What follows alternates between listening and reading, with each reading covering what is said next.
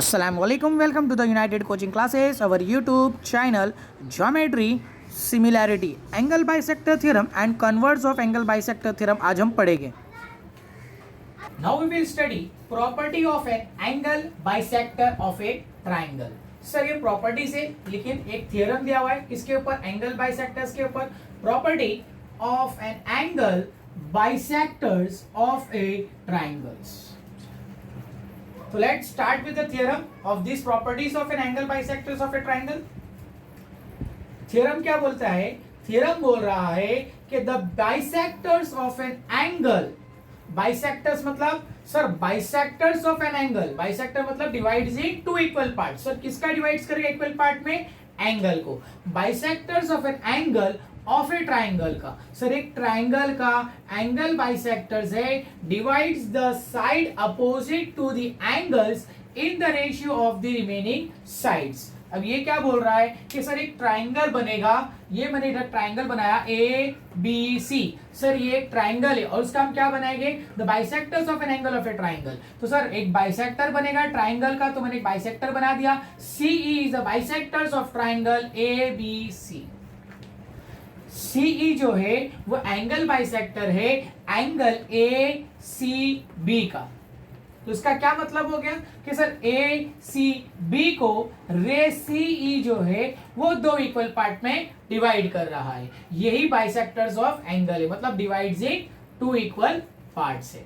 अब ये क्या बोल रहा है, अगर एक बाइसेक्टर है ट्राइंगल का, the bisectors of an angle of a triangle divides the side opposites to the angle. ये क्या बोलता है, जब आप कोई एंगल का, एक ट्राइंगल का कोई भी एक एंगल का अगर आप एंगल बाइसेक्टर बनाओगे तो उसका जो अपोजिट साइड आएगा, ये एंगल के सामने जो अपोजिट से ये एंगल के सामने जो साइड है उसको अपोजिट साइड्स बोलते हैं. तो ये एंगल का बाइसेक्टर आप बनाओगे तो सर अपोजिट साइड्स वाले को वो डिवाइड करेगा. Sides opposite, divide the sides opposite to the angle. तो सर ये अपोजिट एंगल के सामने जो साइड आएगा तो इसको वो जो रे है बाइसेक्टर जब आप बनाओगे तो ये साइड को वो दो पार्ट में डिवाइड करेगा.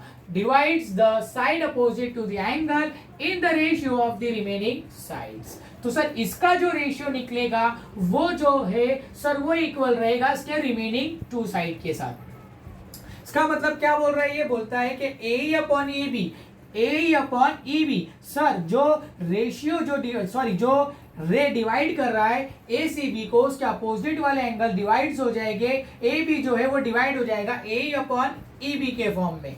अब ये बोल रहा है इसका जो रेशियो आएगा वो रेशियो इक्वल रहेगा इन the ratio of the remaining sides. वो इक्वल किसके साथ रहेगा, रिमेनिंग साइड के साथ, मतलब ए सी और बी सी के साथ. तो ए सी और सी बी के साथ वो क्या रहेगा, सी ए और सी बी के साथ उसका रेशियो क्या है वो इक्वल रहेगा.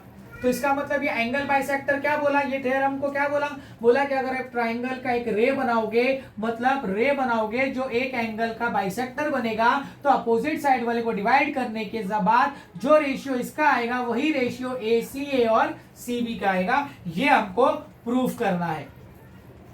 तो हमको गिवन में क्या दिया हुआ है कि इन ट्राइंगल एबीसी, सर पहले ही मैंने बताया था थ्योरम में सिर्फ स्टेटमेंट आएगा, बाकी ये पूरा हमको सॉल्व करना है अलोंग विद डायग्राम. डायग्राम हमको अजम्पशन बनाना है और इसमें हमको वेरिएबल्स के नाम देना है. तो मैंने एबीसी दिया हूं. तो इन ट्राइंगल एबीसी स्टार्ट करते हैं हमारा solution part. In triangle ABC bisector of angle C. Sir angle C का जो बाइसेक्टर है इंटरसेक्ट सेगमेंट ए बी को इंटरसेक्ट करेगा इन पॉइंट ई. सर ये हमारा गिवन पार्ट में दिया हुआ है, the bisector of an angle of a triangle. बराबर. To proof. अब प्रूफ क्या करना है हमको, sir A upon E B is equal to, इसका रेशियो जो है इक्वल रहेगा सी ए अपॉन सी बी के साथ. तो इसके लिए हमको क्या करना पड़ेगा, सर ये वाला जो पार्ट है ये कंस्ट्रक्शन है, ए बी सी और सी ई रे को छोड़ के बाकी का ये जो है ये कंस्ट्रक्शन पार्ट है. तो इस थ्योरम के लिए भी हमको कंस्ट्रक्शन बनाना पड़ेगा.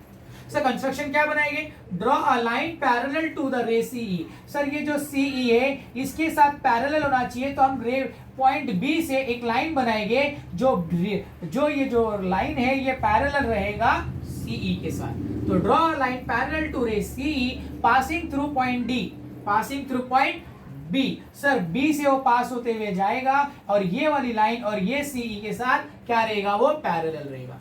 एक्सटेंड AC, AC को हम एक्सटेंड करेंगे जब तक ये लाइन और ये जो लाइन एक्सटेंड करेंगे ये इंटरसेक्ट नहीं हो जाता। जो इंटरसेक्ट जहां पर होगा उसको हम दे दिए पॉइंट। तो ये हमारा कंस्ट्रक्शन पार्ट है कि draw line parallel to ray CE passing through the point B, extend AC so as the intersect at point D। अब हम उसको प्रूव करेंगे कि A अपॉन EB जो है इसका रेशियो जो है वो इक्वल रहेगा रिमेनिंग साइड के साथ। रे CE parallel to ray BD, sir CE जो है वो BD के साथ पैरेलल है and AD is a transversal. मैंने किसको ट्रांसवर्सल ले लिया? A और D को ट्रांसवर्सल ले लिया। सर इधर पैरेलल लाइन कौन सी है? एक ये है और एक ये है। ये मेरा C और ये मेरा D और ये मेरा B। अब इसने ट्रांसवर्सल किसको लिया? AD is a transversal. तो सर AD जो है वो यहां से आ रहा है, तो इसका मतलब क्या हो गया सर? ये दो लाइन पैरेलल और ये एक ट्रांसवर्सल। सर अगर दो लाइन पैरेलल है, अगर दो लाइन पैरेलल है और एक ट्रांसवर्सल है तो सर तीन एंगल फॉर्म हो जाते हैं। पहला वाला फॉर्म होता है करस्पॉन्डिंग एंगल्स, दूसरा फॉर्म होता है इंटीरियर एंगल और तीसरा फॉर्म होता है अल्टरनेट एंगल। सर इसमें से ये और ये कॉन्ग्रेंट होते हैं और इंटीरियर एंगल जो है वो सप्लीमेंट्री होता है।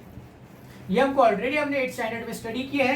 करस्पॉन्डिंग एंगल्स, इंटीरियर एंगल और अल्टरनेट एंगल। सर ये तीन एंगल जो है वो फॉर्म हो जाएगी ऑटोमेटिकली जब दो लाइन पैरेलल और एक ट्रांसवर्सल रहेगा। तो with the help of this properties, corresponding angle, interior angle and alternate angle, रे CE is parallel to ray BD and AD is a transversal। तो sir ACE equal to CDB corresponding angle. Corresponding angle क्या बोलता है? Sir ये भी line के ऊपर, ये भी लाइन के ऊपर ट्रांसवर्सल के एक साइड। तो सर ACE आ जाते हैं हमारे डायग्राम के ऊपर। What is the diagram?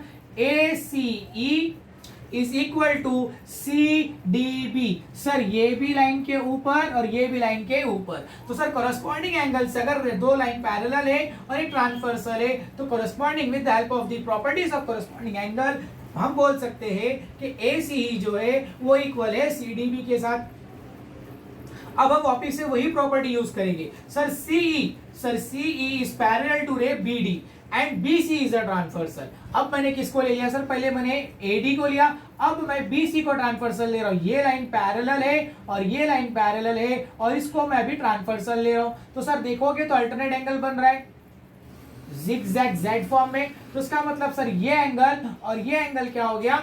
Equal हो गया। कौन सा एंगल? Sir ECB equal to angle CBD।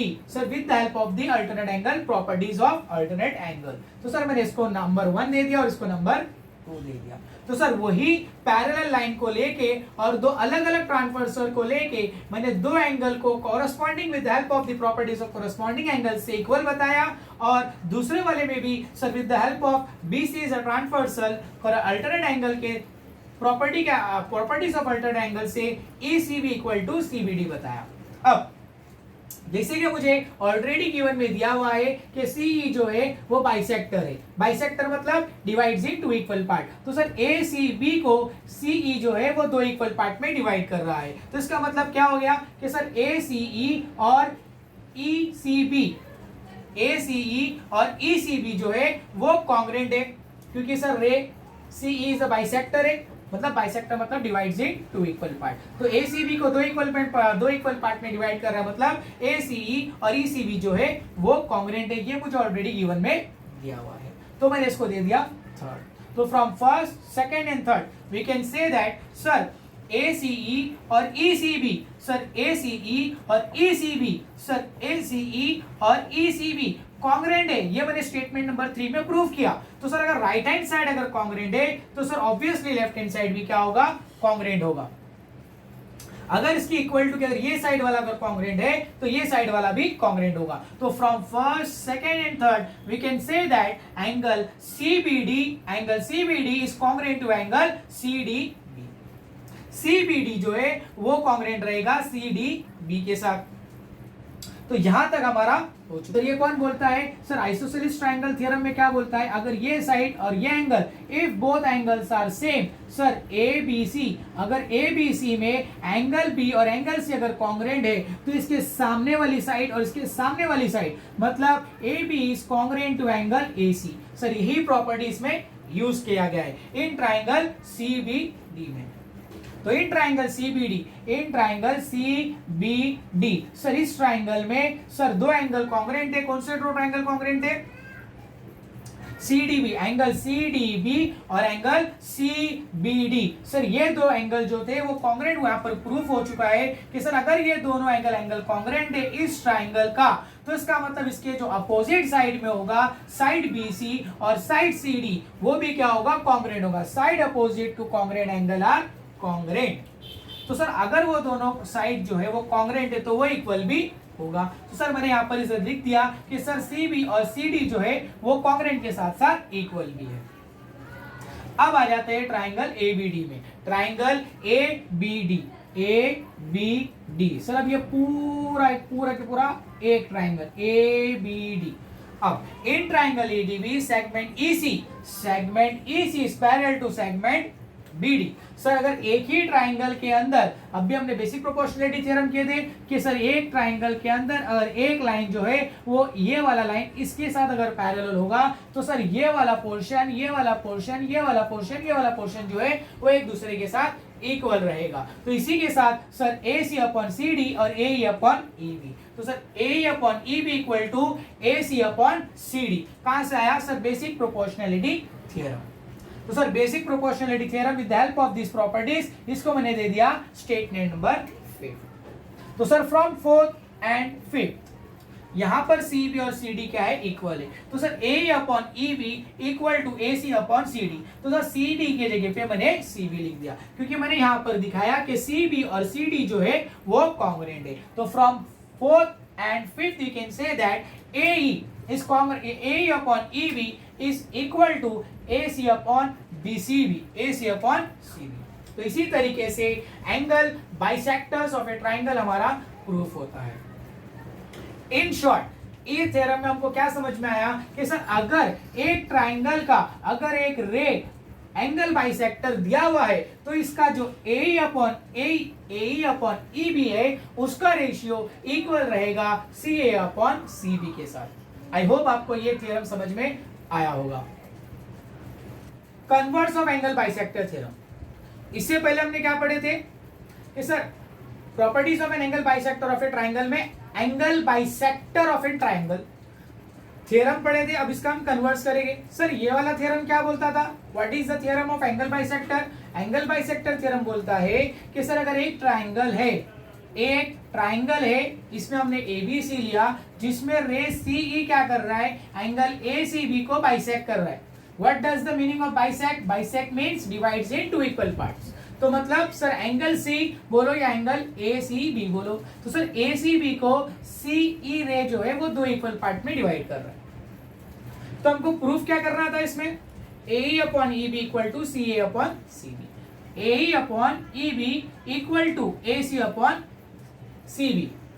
A C बोलो या सी ए बोलो या सी बी बोलो, एक ही बात है। सर ये इसका जो रेशियो आएगा वो इक्वल रहेगा, ये हमको प्रूव करने का था एंगल बाइसेक्टर थ्योरम में। और हमको दिया हुआ क्या था, angle C in triangle ABC bisector of angle C intersecting the segment AB in the point ई।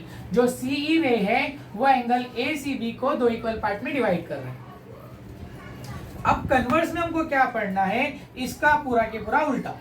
मतलब कन्वर्स में हमको ये पढ़ना है कि sir converse of angle bisector में हमको पढ़ना है कि सर अगर एक ट्राइंगल में रे सीई ऑलरेडी दिया हुआ है बट उसने ये नहीं बोला है कि वो बाइसेक्टर है, रे सीई जो है वो बाइसेक्टर है हमको नहीं बोला है, लेकिन हमको क्या दिया गया है कि सर जो रे है सीई से ए अपॉन ई बी और सी ए अपॉन सी बी जो है वो इक्वल है, हमको गिवन में दिया हुआ है। अगर ये इक्वल है तो इसका मतलब ये साबित होता है कि सर रे सी जो है वो ए सी बी का बाइसेक्टर है। इसका पूरा के पूरा उल्टा, इसका जो गिवन पार्ट रहेगा वो हमको प्रूव करने में आएगा और इसका जो टू प्रूफ रहेगा वो हमको गिवन में दिया हुआ रहेगा। तो इसको बोलते हैं converse of angle bisector theorem. इसमें कोई स्टेटमेंट नहीं है, सिर्फ हमको क्वेश्चन में ये देखना है कि सर अगर रे है, कोई भी एंगल का अगर एक रे है, बट उसने बोला नहीं है कि वो बाइसेक्टर है, लेकिन अगर एक रे दिया हुआ है और वो AE अपॉन EB और AC अपॉन CB इक्वल दिया हुआ है, तो इसका मतलब ये साबित हो सकता है, हम ये बोल सकते हैं कि sir by converse of angle bisector theorem the रे CE bisect the angle ACB। I hope आपको ये एंगल बाइसेक्टर थ्योरम और कन्वर्स ऑफ एंगल बाइसेक्टर समझ में आया होगा।